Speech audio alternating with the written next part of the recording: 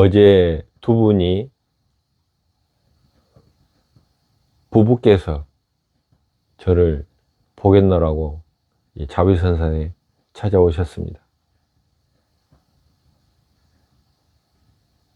일주일 전에 약속을 했기 때문에 기다리고, 또 여러 가지 어떤 기다림, 이런저런 생각들이 들기도 했지만,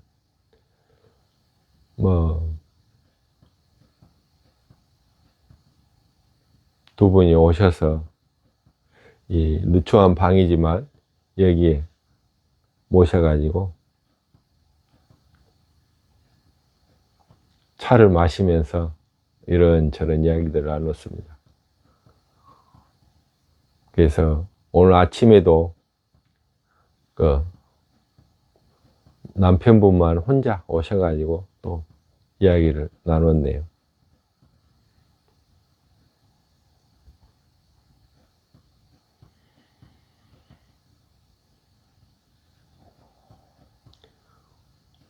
대화의 내용은 세세한 것은 굳이 언급할 필요는 없을 것 같고요. 이런 이야기들을 했어요. 수행에 관련된 이야기들, 어떻게 하고 있는지, 무엇이 이렇게 잘 안 되는지, 이런저런 이야기들.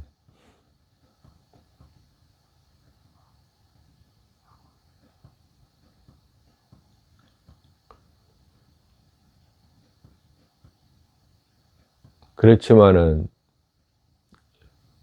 오늘 아침에 이야기하는 것들은 어떤 관계에 대해서 이야기를 좀 많이 했어요. 수행이 집중을 하고 수행법을 잘 실천하고 이런다고 해서 수행이 완성이 되는가? 그런 것만은 아니다. 조건이라는 게 그렇게 단지 수행법을 수행한다고 해서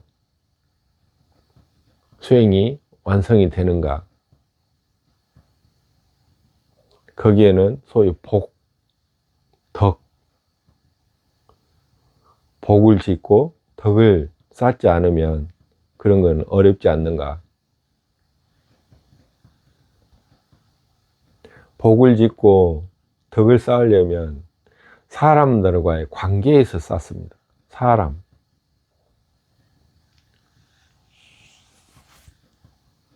누군가에게 친절을 베풀거나 누군가에게 내 것을 나눠주거나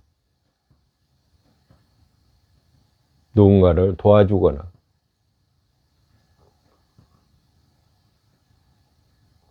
결국에 서로 위하는 일들이죠.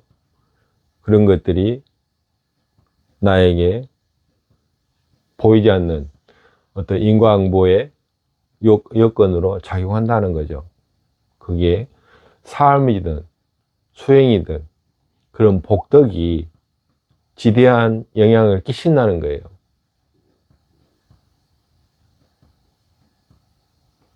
그래서 수행이 되다가 무너지고 또는 불을 쌓는데 또 갑자기 무너져서 많은 것을 잃게 되고 이런 것들을 보면 저 사람 참 복도 많아. 저 사람은 참 운이 좋아. 우리는 그냥 그런 말들을 쉽게 합니다. 그러면 그런 게 괜한 소리가 아니라 거기에는 선을 했던 그런 선을 행했던 그런 흔적들이 어떤 거에 작용된다는 것을 우리는 무의식적이든 알고 있다는 거예요. 그럼 복을 짓는다는 것은 무엇일까? 그냥 친절 같은 거라고 봐요. 배려심도 친절한 마음에서 나오지. 누군가를 돕는다는 것도 친절함에서 나오지. 어떤 연민? 그런 것도 친절함. 이렇게 부드러움. 친절함. 친절함이라는 것은 살피는 거잖아요. 말을 할 때도 살펴서 말을 던지고 뭔가 행위를 할 때에도 살펴서 그 사람에 맞게 하는 것이고, 친절함이 빠진 무조건적인 내 위주의 어떤 배려라든가 또는 그 도움이라든가 이런 것들은 역효과를 낳는 경우들이 있어요. 근데 그 친절함, 세세하게 살피는 것들, 이런 행위가 그 어떤 관계들을 굉장히 돈독하게 하고 사랑스럽게 만들고 또 신뢰를 쌓게 하고 이런 것 같아요. 가족, 친구, 누구랑 동관계를 하나요? 친구랑 안 하죠. 가족, 형제들하고 잘 안 해요.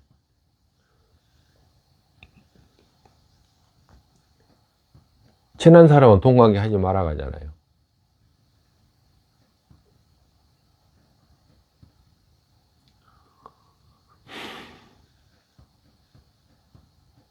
결국에는 매일 만나서 같이 어울리고 시간을 보내는 사람들이 친구이고 가족이고 형제고 하는데, 정작 도움을 청할 때는 이웃집의 누구나 또는 저 멀리 누구에게가 도와주거나 그래요. 희한하죠?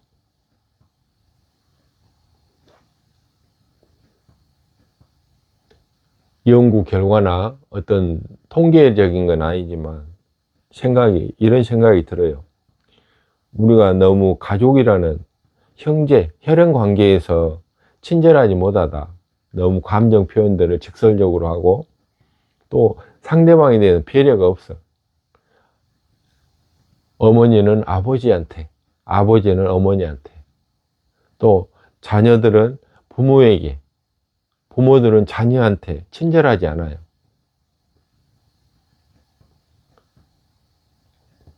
엄마들은 자식들한테 많이 친절하죠. 또 어떤 면에서는. 근데 보면은 자기가 화가 나거나 감정이 폭발했을 때는 여과 없이 던지는 게 우리 소위 가족이거나 이 친구들이 하는 행동이에요. 그것일로 해서 상처받진 않아요. 왜? 가족이니까. 엄마는 아이들한테 맨날 쌍욕을 해대도 그게 쌓이진 않아요. 근데 뭔가를 도움을 청해야 될 때, 그때 보면 우리는 부모를 선뜻 생각하지 않아요. 또는 형제를 생각하지 않아요. 또는 친구한테 그거를 도움을 요청할 생각을 못 해요. 어떻게 보면 친구라는 것은 또 하나의 그냥 친한, 늘 시간을 같이 보내는 그런 어떤 개념인지도 몰라요. 무슨 말을 하고 싶냐면, 이런 친절 속에서 우리는 너무 막 하면서 친절하지 않는 그런 행위들이 나도 모르게 쌓여가지고 친구들하고 틀어져서 야 우리 그만 봐 할 때 어떻게 그러죠? 어마어마한 분노, 너 나랑 끝이야 하면서 그런 것들이 있어요. 또 부부가 헤어지면서 엄청난 분노, 못마땅함. 또 형제들 간에 싸우면은 서로 죽자고 달라들어요. 근데 타인하고 아무도 모르는 사람하고 싸울 때는 그런 식으로 싸우지 않거든요. 근데 친한 사람하고 싸울 때는 무지막지하게 싸워요. 그런 것들이 과연 어떤 이유가 뭘까요? 나는 그런 불신념들이 쌓인 어떤 거지 않는가 생각을 해봐요. 약속을 해서 우리 같이 100년 해로 해가지고 만난 배우자들 헤어질 때 어떻게 헤어집니까? 답이 안 나와요, 답이.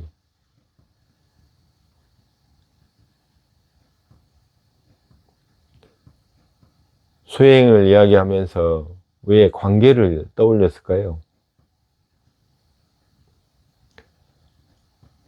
도덕과 깨달음에 대해서 이야기하면서도 도덕, 윤리가 깨달음의 큰 조건 중에 하나라는 것을 제가 말씀드렸습니다. 마음이 행복해야 선정이 된대요. 마음이 편안해야 선정이 된답니다. 그럼 마음이 편안하다는 것은 관계가 좋다는 거예요. 관계. 너무 집착하지 않고 또 불편한 관계들이 적고 이런 것들이 수행에 지대한 역할을 한다는 거예요. 삶이 편안해지면 굳이 수행이라는 걸 할까요? 삶에 부족함이 없는 사람은 명상이라는 걸 하려고 생각 안 해요. 뭔가를 찾는 사람이 이런 정신 공부를 하겠다고 하는 거죠.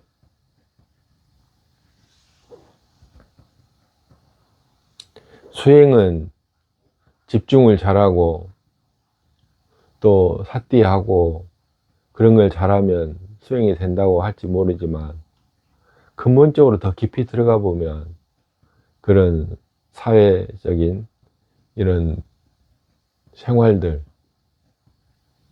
관계들 이런 것들이 들어있어요.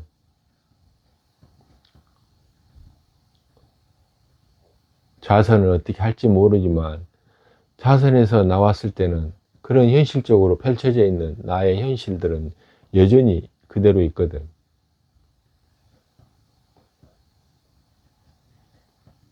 관계에 대해서 좀 설명을 해보려고 했는데 이렇게 수료하지 못할 것 같습니다.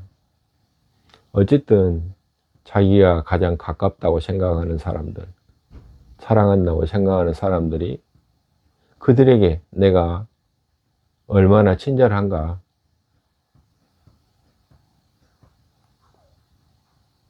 얼마나 그들에게 마음적으로 사랑하는 마음을 내는가.